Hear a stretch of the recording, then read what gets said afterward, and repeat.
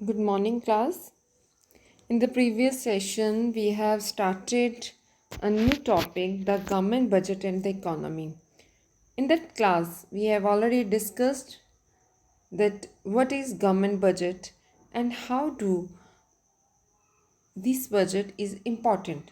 So, we have discussed the meaning of government budget, the objective of government budget.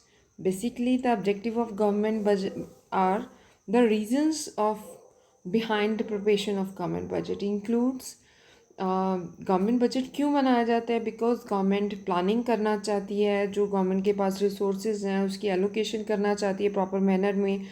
Government चाहती है कि जो income and wealth है उसकी इक्वल डिस्ट्रीब्यूशन हो, इकोनॉमिक ग्रोथ हो, पब्लिक वेलफेयर हो, प्राइस स्टेबिलिटी बनी रहे। These are the basic reason behind preparation of budgets.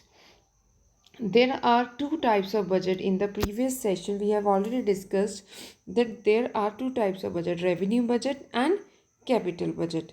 Revenue budget is related with the revenue part. It means कि गवर्नमेंट कौन कौन से रिसोर्सेज से कितनी कितनी रेवेन्यू की कलेक्शन करेगी। And capital budget consist of कि capital receipts and capital expenditure. Revenue budget में सिर्फ रेवेन्यू नहीं आएगा। रेवेन्यू का मतलब अकाउंटेंसी भी आप में भी आपको पता है कि जो रेकरिंग नेचर की इनकम्स हैं, चाहे वो इनकम्स हैं वो या एक्सपेंडिचर हैं, उन चीज़ों से रिलेटेड होता है आपकी जो revenue, income and revenue expenses.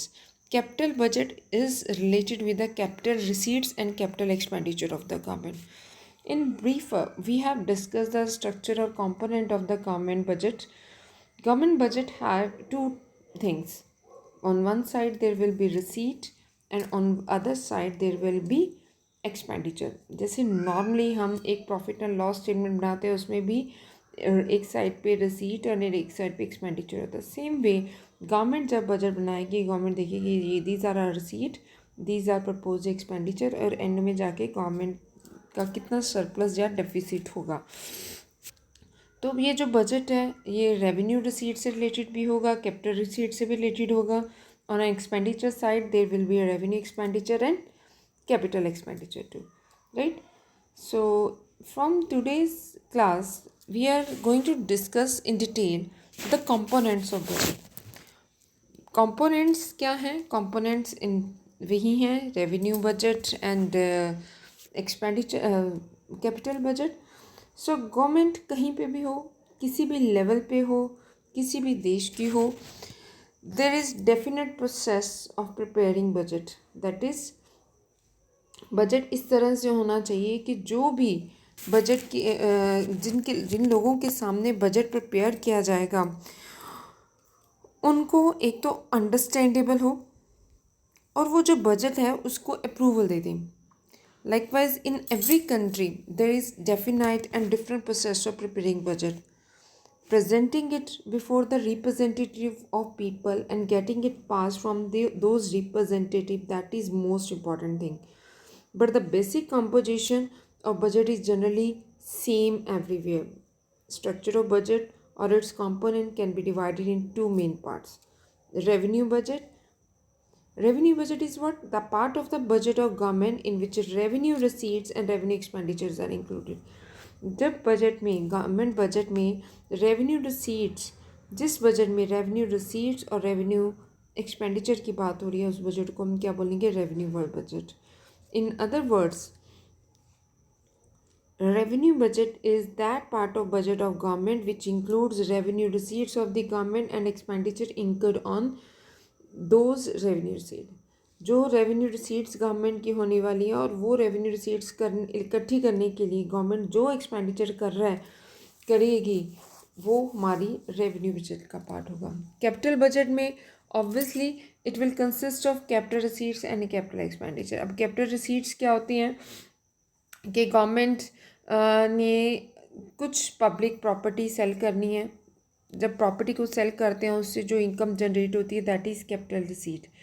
अब गवर्नमेंट ने ऐसा क्यों करना होता है? बिकॉज गवर्नमेंट ने कुछ एक्सपेंडिचर करना है, वो एक्सपेंडिचर लॉन्ग रन का, गवर्नमेंट ने कहीं पे इन्वेस्टमेंट करनी है। अब इन्वेस्टमेंट कहाँ से लेके आएगी government?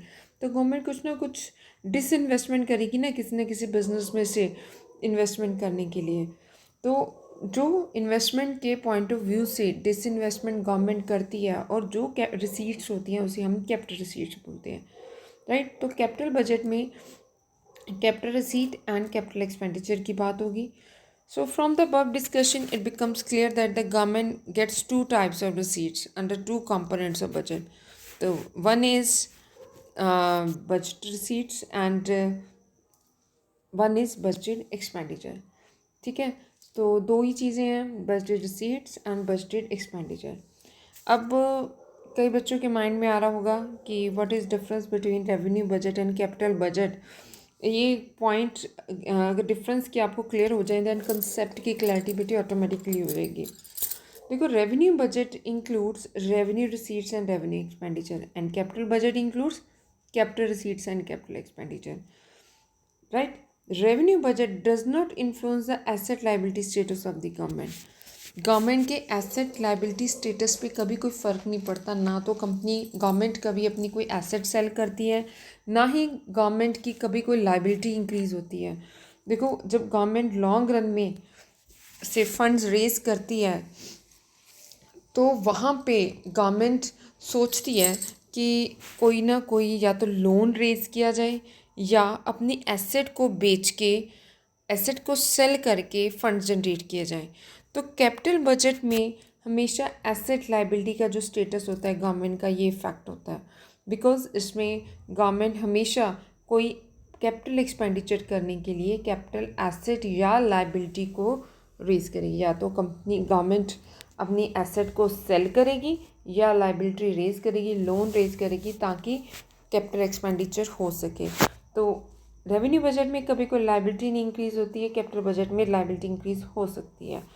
Revenue budget does not directly contribute in the economic development of country की इकोनॉमिक डेवलपमेंट नहीं होती है, क्योंकि कोई कैपिटल फॉर्मेशन का पार्ट नहीं है। गवर्नमेंट ने एक सर्कल चलाना है, रेवेन्यू इनकम्स होनी है जो टैक्स की कलेक्शन करनी है या नॉन टैक्स सोर्सेज से कलेक्शन करनी है और उसको वेलफेयर के लिए लगा देना है। But capital budget directly contribute in the economic development of the country, right. Next is budgetary receipts और classification of receipts. Again same चीज़ें हैं। बजटरी रिसीट्स हमारी दो तरह की हैं, revenue receipts and capital receipts. Now what are the revenue receipts? The receipts which accrue to the government in the form of revenue are known as revenue receipts. ये जो receipts हैं हमारी, जो गवर्नमेंट की रेवेन्यू का part बनती है, उसे हम रेवेन्यू receipts बोलते हैं। रेवेन्यू receipts के मेनली दो फीचर होते हैं। What are the features? Revenue receipts first of all do not create any sort of liability for the government. मतलब ये ऐसा सोर्स है जो ये इस सोर्स से गवर्नमेंट को इनकम होती है, तो गवर्नमेंट की कोई लाइबिलिटी इंक्रीज नहीं होती, because these are one sided payments.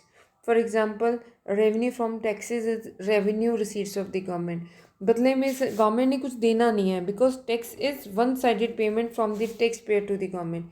Government ने बस टैक्स पेयर से टैक्स कलेक्ट करना है, उनके ऊपर कुछ भी डायरेक्टली नहीं स्पेंड करना, right. Next is revenue receipt do not cause any reduction in the asset of government because government does not sell any good, service or asset to get revenue receipts. Revenue receipts से कभी भी government की assets में कोई reduction नहीं होती है। For example, government कभी भी कोई एसेट को बेच के, एसेट को सेल करके अपनी कभी कोई पेमेंट्स नहीं करेगी।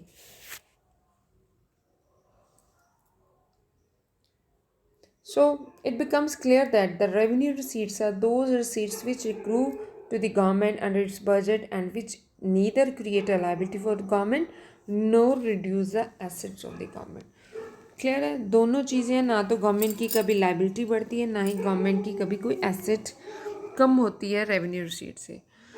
इन रिसीट्स को, रेवेन्यू रिसीट्स को फर्दर हम टू कैटेगरीज में डिवाइड कर सकते हैं, taxation receipts and non taxation receipts. बेटा देखो, टैक्सेशन रिसीट्स कौन सी होती हैं? Taxation receipts are those receipts which are related with the imposition of tax. किसी न किसी तरह की टैक्स की इम्पोजिशन इंक्लूड होती है। टैक्सेशन रिसीट्स में आ जाता है गवर्नमेंट देखो बेटे इनकम के ऊपर टैक्स लगाती है, कंपनीज़ के ऊपर टैक्स लगाती है जिसे हम कॉरपोरेशन टैक्स बोलते हैं। एक्साइज ड्यूटी इम्पोज करती है। एक्साइज ड्यूटी हमारे इनडायरेक्ट टैक्स का पार्ट है। गवर्नमेंट जब भी कोई गुड मैन्युफैक्चर होती है तो उसके ऊपर एक्साइज ड्यूटी लगाती है, तो वो ड्यूटी गवर्नमेंट की इनकम बनती है। ये टैक्सेशन रिसीट है। Duties means taxes. Custom duty जब किसी और कंट्री से मतलब नेशनल बाउंड्री को गुड्स क्रॉस करती हैं और हमारे देश में एंटर करती हैं तो वहाँ पे custom department custom duty impose करता है, डायरेक्टली गवर्नमेंट के रेवेन्यूज़ में जाता है, खजाने में जाता है। सेल टैक्स है, गुड्स को सेल के टाइम पे टैक्स इम्पोज किया जाता है बाय द गवर्नमेंट।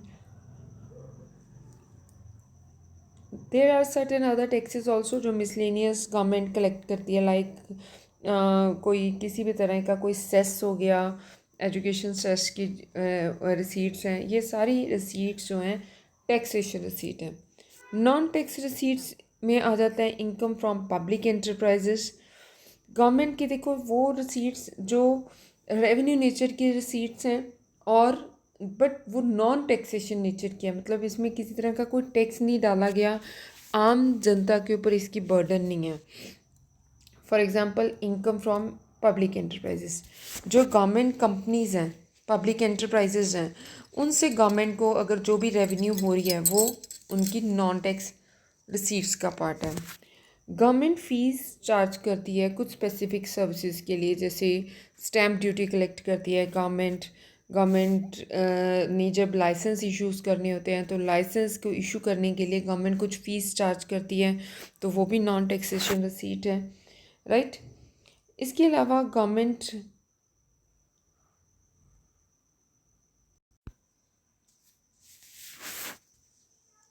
इसमें गवर्नमेंट को कुछ ऐसे सोर्सेज से इनकम होती है जिनके ऊपर गवर्नमेंट ने कुछ खर्चा नहीं करा।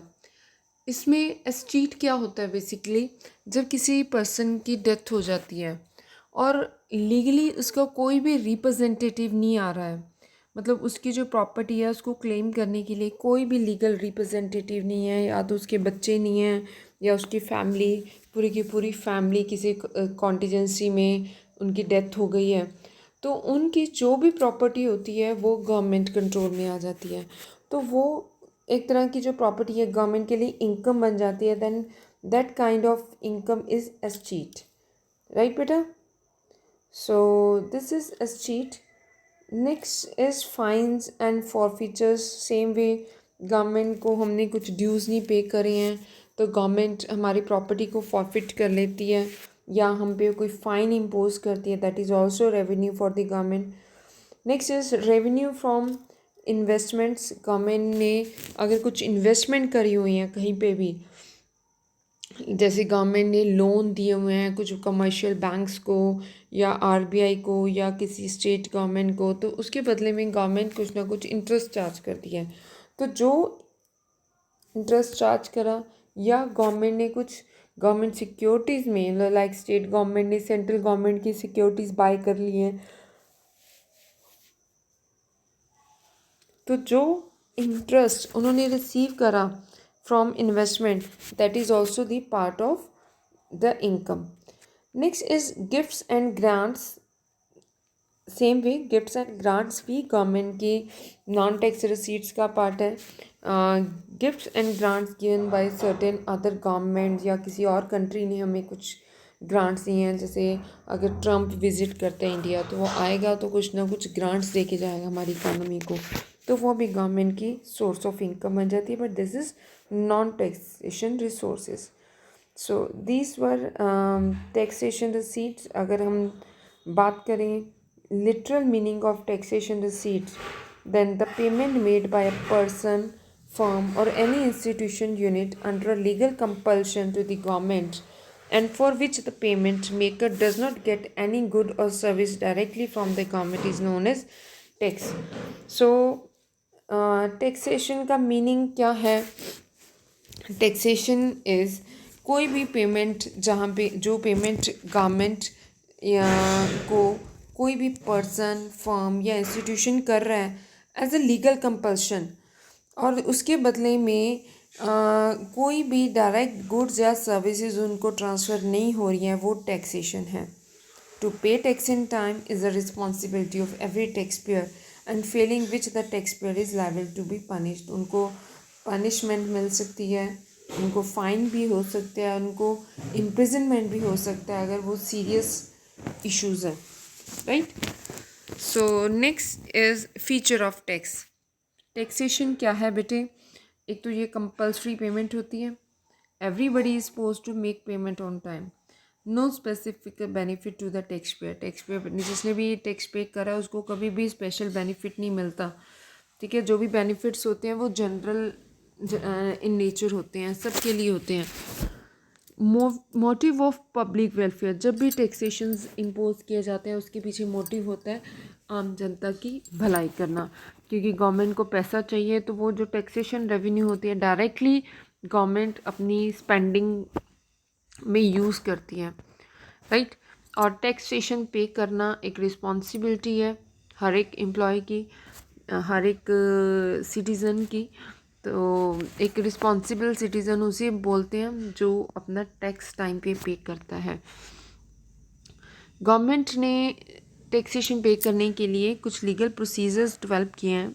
तो जो टैक्सेशन का सिस्टम है कलेक्शन का, वो लीगल प्रोसीजर हमें फॉलो करना पड़ेगा। जो भी लीगल फॉर्मेट है, जो फॉर्मेट में टैक्सेशन रिटर्न्स फाइल करनी है, that is mandatory for everyone. Clear बेटे? Next is classification of tax. Taxes जो हैं बेटे अलग अलग तरह के होते हैं। कुछ टैक्सेस प्रोग्रेसिव होते हैं, कुछ रिग्रेसिव होते हैं और कुछ प्रोपोर्शनल टैक्स होते हैं। अब प्रोग्रेसिव टैक्स क्या होता है, इसके ऊपर बेटा शॉर्ट नोट बहुत इंपॉर्टेंट है कि what is progressive, what is regressive, what is proportional tax. Progressive tax का मतलब होता है कि जैसे जैसे आपकी लेवल ऑफ इनकम राइज करती है तो रेज ऑफ जो टैक्स है वो भी रेज करता जाएगा। फॉर एग्ज़ाम्पल ये हम बात करते हैं इनकम की, ठीक है। यहाँ पे है आपका टैक्सेशन रेट्स। अगर आपकी इनकम है 3 लाख तो आपको टैक्स पे करना पड़ रहा है नील। सपोज नील का मतलब है अगर आपकी इनकम है 3 लाख, आपका टैक्स है नील। अगर आपकी इनकम हो जाती है 4 लाख तो आपको 5% टैक्स पे करना पड़ रहा है। अगर आपकी इनकम हो जाती है 5 लाख, आपको 7% टैक्स पे करना पड़ रहा है। इनकम अगर आपकी हो जाए 10 लाख, देन आपका टैक्सेशन का रेट हो जाएगा 10%। देन देखो बेटे ये जो कर्व है प्रोग्रेसिव नेचर की है, ठीक है। कर्व ऊपर जा रही है, सीधा बॉटम टू टॉप में जा रही है एंड लेफ़्ट टू राइट जा रही है। देन ये जो कर्व है प्रोग्रेसिव नेचर की है। Under progressive taxation higher the tax base the higher is the rate of tax. आपकी टैक्स अगर हायर टैक्स ब्रैकेट में आप आ जाते हो तो हायर रेट ऑफ टैक्स आपको पे करना पड़ेगा। It must be noted that the tax base here refers to the economic variable which the tax is imposed. For example, suppose the tax is imposed on the income of a person. In such a situation, income of that person is the tax base. तो जैसे जैसे tax base बढ़ता जाएगा, मतलब जैसे जैसे उसकी income बढ़ती जाएगी उसकी रेट ऑफ टैक्स भी बढ़ती जाएगी। Clear? So this is example. Suppose 5% tax is imposed on a person having an income of 10,000 per month, and 10% is imposed on a person having income of rupees 20,000 per month. Likewise, 15% tax is imposed on a person having income of 30,000 per month. ठीक है, तो ये जो tax impose किए जा रहे हैं, जैसे जैसे इनकम बढ़ रही है वैसे वैसे रेट ऑफ टैक्स भी बढ़ रहा है, that is progressive tax. Thus, it becomes clear that the under progressive tax, the rate of tax increases with the increase in the tax base. The burden of such a tax is more on the rich than the poor. तो अगर progressive taxation policy government adopt करती है तो वहाँ पे rich के ऊपर taxation की बर्डन ज़्यादा होगी, पुअर पे कम होगी। हमारी कंट्री में बेटा प्रोग्रेसिव टैक्सेशन पॉलिसी अडॉप्ट की जाती है, राइट। जो इनकम टैक्स है it is progressive taxation. Next is regressive taxation. If the rate of tax decreases with an increase in the tax base, such a tax is known as regressive tax. अगर आपकी income बढ़ती है और बढ़ने से taxation की जो rate है वो कम होनी शुरू हो जाती है, that is regressive tax. For suppose 5% tax is imposed on a person having an income of 10,000 per month and 4% tax is imposed on a person having income of 20,000. देखो 5% था जब 10,000 इनकम है, जब 20,000 इनकम होगी देन टैक्स की rate कम होगी, 4% रहेगी. Like percent, 3% tax is imposed having an income of rupees 30,000 per annum. In this case, the rate of tax is further reduced. This is regressive taxation policy. A proportional tax cavity. If the rate of tax remains same at every level of tax base, such a tax is known as proportional tax. Under proportional tax, rate of tax will always remain same. Whosoever is the maybe the tax base. मतलब आपकी income कितनी भी है, government ने एक flat rate fix कर लेनी है. सपोज गवर्नमेंट ने फ्लैट रेट फिक्स कर लिया 5%. आपकी इनकम 10,000 है तो भी आपको 5% टैक्स पे करना पड़ेगा. 20,000 है तो भी 5%, 30,000 है तो भी 5%, 40,000 है तो भी 5%. मतलब हर एक बंदे को अपनी इनकम के प्रपोर्शन में टैक्स पे करना पड़ेगा. ऐसे नहीं है कि इनकम बढ़ रही है तो टैक्स भी ज़्यादा हो गया या इनकम कम हो रही है तो टैक्स भी कम हो गया, right. So thus it becomes clear that the under proportional tax the rate of tax remains constant without giving any importance to the tax base, and the burden of such a tax is more on the rich than the poor. Clear है. तो ये था बेटे direct tax. मतलब जो taxes हैं, हम बात कर रहे हैं टैक्सेस की. एंड टैक्सेस में हमने डिस्कस करा features then classification of taxes, right. अब हम डिस्कस कर रहे हैं specific tax and value added tax. Specific tax और वैल्यू एडेड टैक्स बेसिकली ये हमारे इनडायरेक्ट टैक्सेस हैं. कुछ जो क्लासिफिकेशन के क्राइटेरियाज हैं उसमें टैक्स को specific and value added tax के बेस पे भी कैटेगराइज किया जा सकता है. Specific tax if a tax is imposed on the basis of size, weight, or number of units of commodity, such a tax is known as specific tax.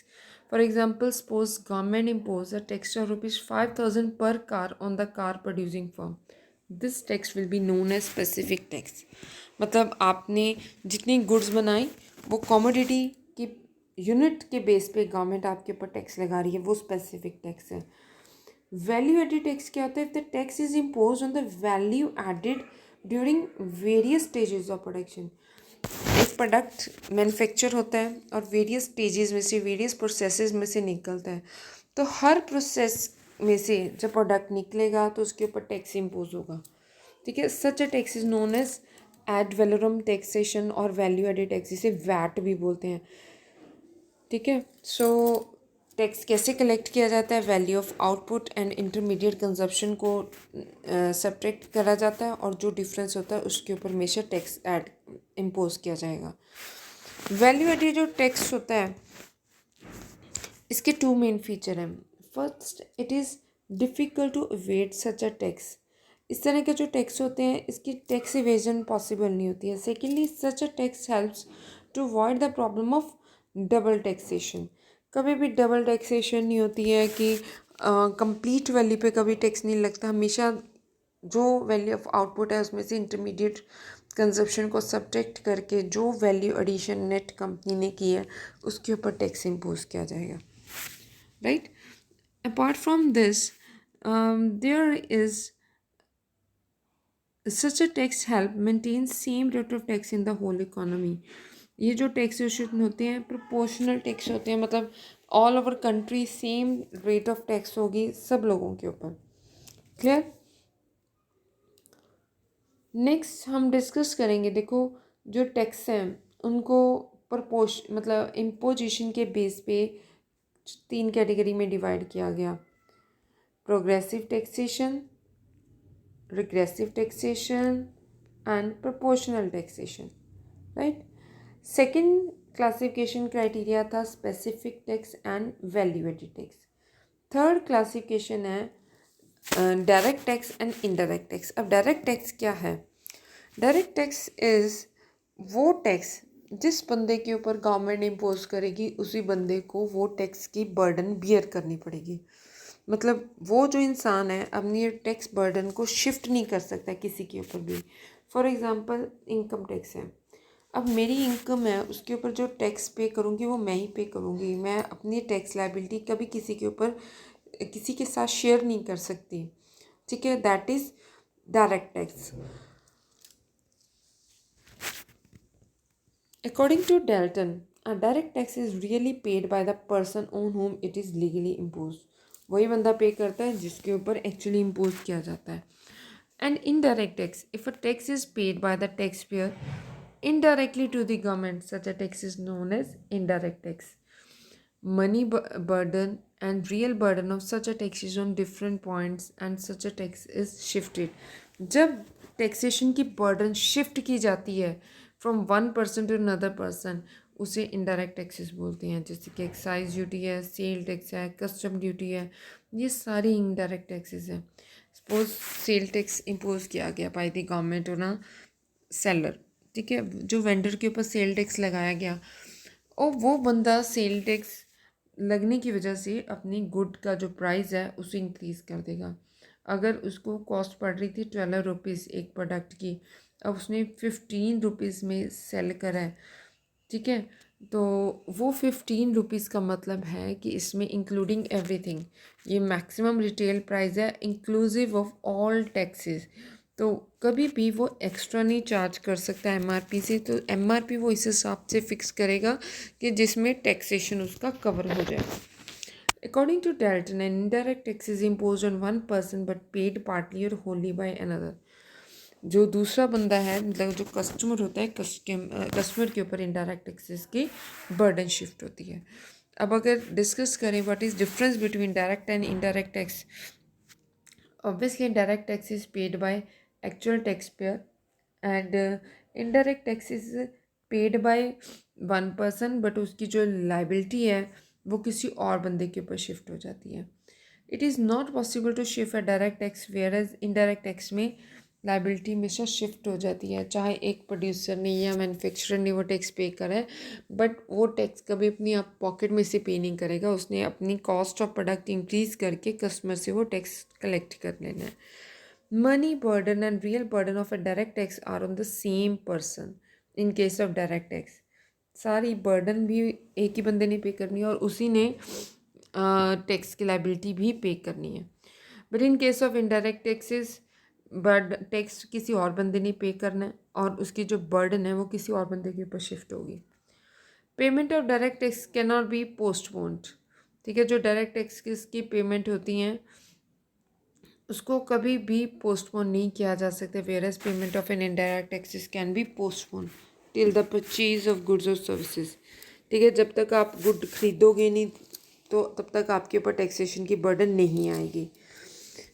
जो direct tax है it is progressive tax, ठीक है, जैसे जैसे आपकी income बढ़ती जाएगी वैसे वैसे टैक्स आपके ऊपर बढ़ता जाएगा। On the other hand indirect tax जो होते हैं वो रिग्रेसिव टैक्सेशन होती हैं कि जैसे जैसे आपकी प्रोडक्शन बढ़ती जाएगी तो पर यूनिट जो टैक्स की अमाउंट है वो आपकी कम होती जाएगी। अ direct tax is generally imposed on the income, wealth or profit etc. But indirect tax is generally imposed on the purchase or consumption made by the taxpayer, right? Next is main component of taxation receipt, ये हम कर चुके हैं already. जो tax receipts हैं उसमें कौन कौन से आते हैं? एक तो इनकम टैक्स वो टैक्स है जो हम अपनी इनकम के ऊपर पे करते हैं। कॉरपोरेशन टैक्स है वो टैक्स जो कंपनीज पे करती हैं अपनी इनकम के ऊपर, अपने प्रॉफिट के ऊपर। Excise duty is the tax impose on the production of goods and services, ठीक है, जो एक हमारी नेशनल बाउंड्री के इन बिटवीन गुड्स की प्रोडक्शन हुई है उसके ऊपर इम्पोज की जाती है। And custom duty is impose on export and import of goods and services, right. Sale tax is the tax impose on the sale and purchase of goods and services is known as a sale tax, and sale tax is also an important part of the tax receipts.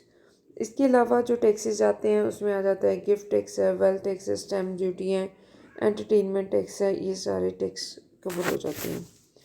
So, from the above analysis, it becomes clear that the tax receipts under the budget of government include the revenue collected by government through various resources. So, that was all about the taxation sources या taxation receipts of the government. In the next session, we will discuss the non-taxation receipts and payments, right? So, thank you so much for watching this video. Bye bye.